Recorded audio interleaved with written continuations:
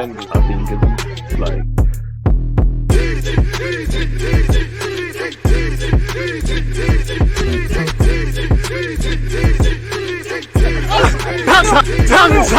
People deluded, I'm back again. Come on, Ian, man.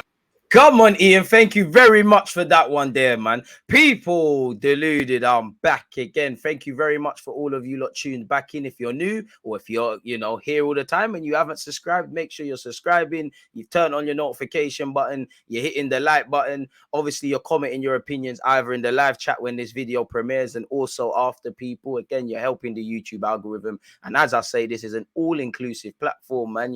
Football is subjective and so are opinions. And you lot have made the platform, man. You lot have, together with myself, we've got 52,000 subs and counting. Twitch gang, make sure you're following over there as well. We've got about 6,000. So I appreciate the support. I'm very appreciative of the support. And yeah, man, Arsenal went missing for a month. We're back now. You know what we're on. West Ham thought they were turning their season around against us, didn't it? You thought we were dropping points like Spurs this weekend. That was all a myth, people, Shout out Super Mikel Arteta. Shout out Stan Kroenke, because along with Arsene Wenger and Thierry Henry, all the Arsenal, well, not quite Kroenke, but all the Arsenal royalty was there, in it. We did what we needed to do against West Ham, people. So obviously, check out my other YouTube content for my reactions to the West Ham game and so on and so forth. But the good times are there. Apparently, Joao Felix thought Dreamers free, the house was sold separately. I don't think we're getting Mudryk. Bring him in, because as I always say, people, I think this is the best time to join Arsenal for a new player. Obviously, beyond the obvious for me, injuries are subjective, form is subjective, but right now, whether someone makes a mistake or someone had a good game one week, others will be better the next week. It's a collective thing. So I think definitely with Mudryk allegedly joining in January, you've got Martinelli going from strength to strength. You've got Smith Rowe to come back. Obviously, Eddie Nketiah did well against West Ham. Typically, Jesus is there. Odegaard is doing his thing. Man to a man, everyone's doing their job for the collective and individually. So there's not too much pressure on Mudryk. He'd be allowed to be phased in. He'd be joining mid-season. Obviously, you need to get to grips with things off the field, get to grips with the pace of the Premier League, what Mikel Arteta demands of him individually and how he fits into the collective, off and on the ball. So I think this is where we need to get it done. And at 21 years of age, if we've scouted him and he can play left, primarily off the left, but play maybe central and off the right, 21 years of age, we need depth. Let's be real. In terms of taking this to the next level, I think we need, for me, if I could, 4 signings, people. That's just for me. I think if you get another 8, I think if you get, more than 4 signings, really, to just in general, I think if you get 2 midfielders, an 8 and a 6, I think if you get another striker, maybe with a different profile to Eddie Nketiah and Gabriel Jesus, more of a Giroud sort of type. If you could bring in a centre-back, specifically a left-sided one, I think we'd be moving even more to the next level. Obviously, a wide man is on the agenda, and that'll push maybe even 5 there, because I would probably say maybe a right-back, because Ben White's doing his thing, very durable. Tomiyasu, obviously, the only mark against Tomiyasu is his injury record. We were kind of sorted there, but all it takes is a suspension or an injury or something else, because you're probably looking, Ben White's going to play centre-back at some point this season, innit? One love to Saliba and Gabriel. So I like to see that, but enough waffling, enough rambling. Let me share my screen and let's see what's going on in the paper talking things. Check out the YouTube playlist, people. Just look, big up all the Arsenal accounts that do all these things, people. But Arsenal have been offered the opportunity to sign Joao Felix on loan from Atletico Madrid, but are prioritizing signing Mudryk. Allegedly, Ben Jacobs has also said Shakhtar Donetsk's 100 million public valuation for Mudryk will not be met by Arsenal, but Shakhtar are hoping for 50 to 55 million euros plus add-ons. Arsenal do not want to go above 70 million with all aspects of the deal. So that's about 60 odd million quid, which fair enough. Apparently, we had an opening offer, which we're going to further look at, for Mudryk, worth 40 million euros plus 25 million in add-ons. Apparently, that is short of Shakhtar Donetsk's expectations. However, there is high confidence the deal will be done. It will depend on the deal structure, with Shakhtar wanting a higher base fee. And of course, you're going to want more upfront fees for your guy. You don't really care if Arsenal win FA Cup, Europa League, qualify for the Champions League. He scores 10 goals, 20 goals, whatever sort of football manager variables you got. We want to know if you're Shakhtar, you lot are English, you've got money. We need 30, 40, 50 upfront. All the other money can come into that, really. So it all depends how much we think the player is worth, because there has to be, I do think we'll get it done, but there has to be some sort of willingness to walk away. Like, how much is too much? If we don't want to go above 70 million euros and they're saying that or nothing, either we put the money down and probably pay a bit more on a player that could help us, in which 21 years of age, surely you know, he'll pay for himself and there's still resale value. Or, you know, we go for the other names. You know, we've been linked with Pedro Neto, Yeremy Pino, you know, Rafinha didn't happen in Arsenal, and Chelsea fans are kind of reveling in Rafinha's, you know, tough times at Barcelona, to the point where they might even let the 25, 26-year-old depart in the summer. So it all depends really, but it'd be a huge shame not to get a winger or a striker. You know, me personally, if you said to me, boom, you get a centre midfielder and a winger, I'd be kind of cushy with that really in January, really, to tick us over. I do think we need a centre mid. So that's the first sort of report there.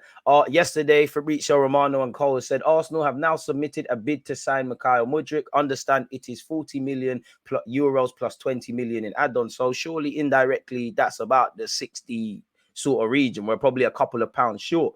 Shakhtar want way more than this to sell Mudryk, and they probably want a dirty sell-on fee. At 21 years of age, you know, if he stays here for 5 years, 6 years, he'll be 27, 28. If he hits the potential, you know, him, Martinelli, Saka, Saliba, it might be a thing where one day they've achieved great things at Arsenal. There's an offer we can't afford to reject, or there's an offer where, you know what, we can get significant sums, reinvest. You know, that's a big pull as to why we're doing this youngster thing, as well as them growing with Mikel Arteta, who's a young manager and is improving every year and whatnot. There has to be selling, retaining players, which we're doing with the contract, selling players, foresight, learning from hindsight, you know, making tough decisions. There might come a case where we might have to, you know, Wenger did it all the time, where we have to sell someone that we don't really want to sell. So they probably want to sell on clause, and you can't begrudge Shakhtar the next. We'd all do the same. You want top money for the 21-year-old, especially if all these clubs want him and there's interest from British clubs and all of that sort of jazz. So we'll have to see, people. Apparently, talks will take place with the player's agent to discuss about the deal. No issues on personal terms. Mudryk wants Arsenal, and I mean, he's liking everything on Instagram. He's doing every interview he possibly can with anyone who would listen.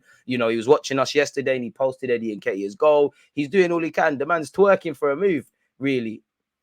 Apparently, yesterday, Charles Watts said Arsenal have made their first official move for Mudryk, believed to total around 55 million with add-ons. Expectation is that it will take more to get Shakhtar to sell, but the first move has been made, people. As you can see there, Mudryk can legally leave for Arsenal, but will have to receive monthly extension letters for his period of stay in the UK to participate in the Premier League, since according to Ukrainian law system, a limit of 30 days for staying abroad is established. So, I mean, Mikel Arteta, Edu, they had to have consulted with the necessary parties to obviously see that we could sign the man. So we wouldn't be doing all of this if we couldn't, in it, really and truly. So we'll have to see. Big up Bukayo Saka as well. It's all mad. It's all mad. And as I said here, people, he's doing all he can, man. It's a clear message. The man wants to move while the club are in negotiation. So the player's doing all he can. We're doing all we can, but we just have to do the crucial thing and agree. I can't lie. I wish we was a bit like Liverpool in that they just woke up and said, you know what, we're saying Cody Gakpo in it, really.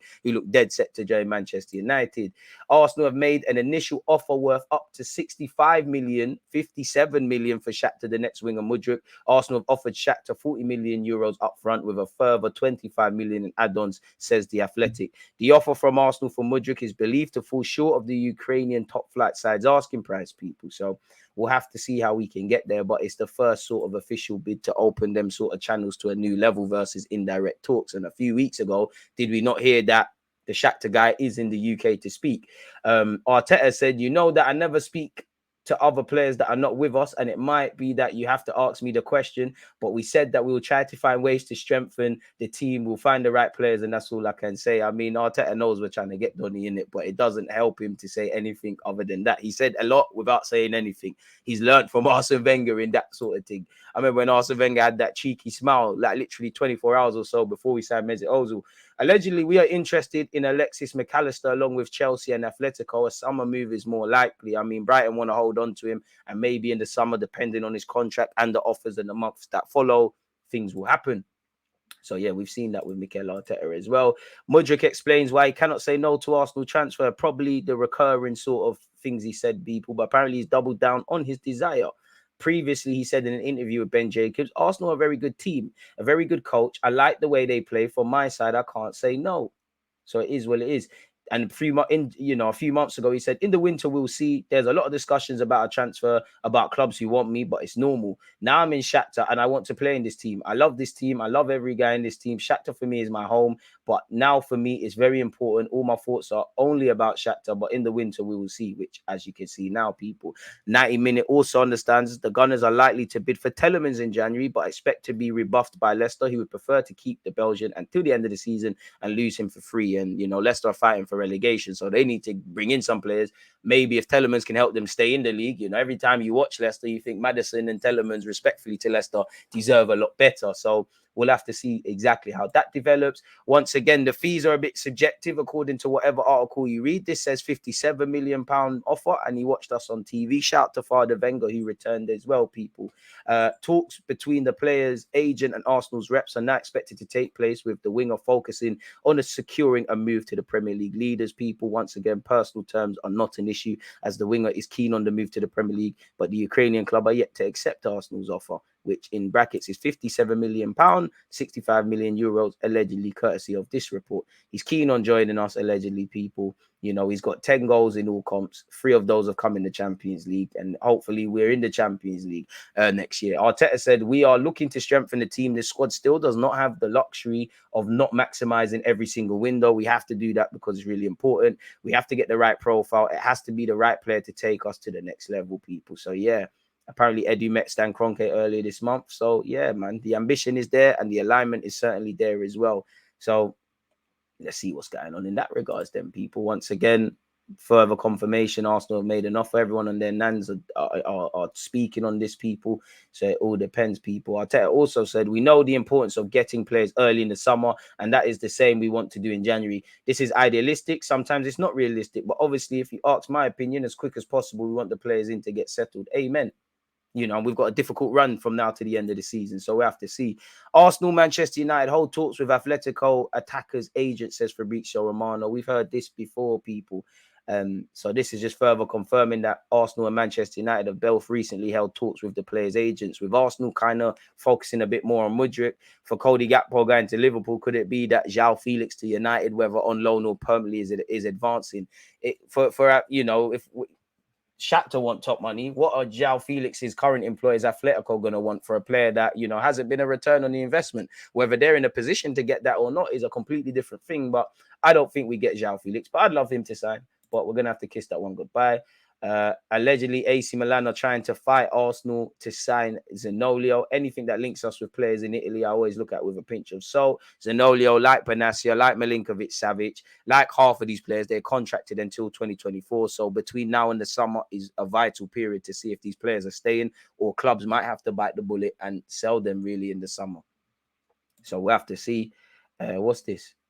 Don Hutchinson spoken about Mudryk and Joao Felix. They're looking at Joao Felix. He's a completely different type of player to Jesus, but he's a brilliant player. Mudryk of Shakhtar, who has ripped the Champions League up and is exceptional. He's blisteringly quick, but plays off the left-hand side. I think for the short term, it's Mikel Arteta getting through the next few games, going into the window, then seeing what he fancies and what he wants through the door. Amen, really, make that happen. And apparently Mudryk has liked a post from a journalist suggesting the Arsenal move is close, people. So there you have it. He's doing all he can on the socials, but he can do all he can. Arsenal need to dot I's and cross T's with his current employers. It's as simple as that, really and truly. Arsenal don't want to pay more than 62 million for Shakhtar winger Mikhail Mudryk, allegedly, once again, people. So we'll have to see exactly what these things mean. So yeah, there you can see Ben Jacobs' comments there. He's probably been keeping the lights on in his yard, really, with just speaking about Mikhail Mudryk. So there you have that.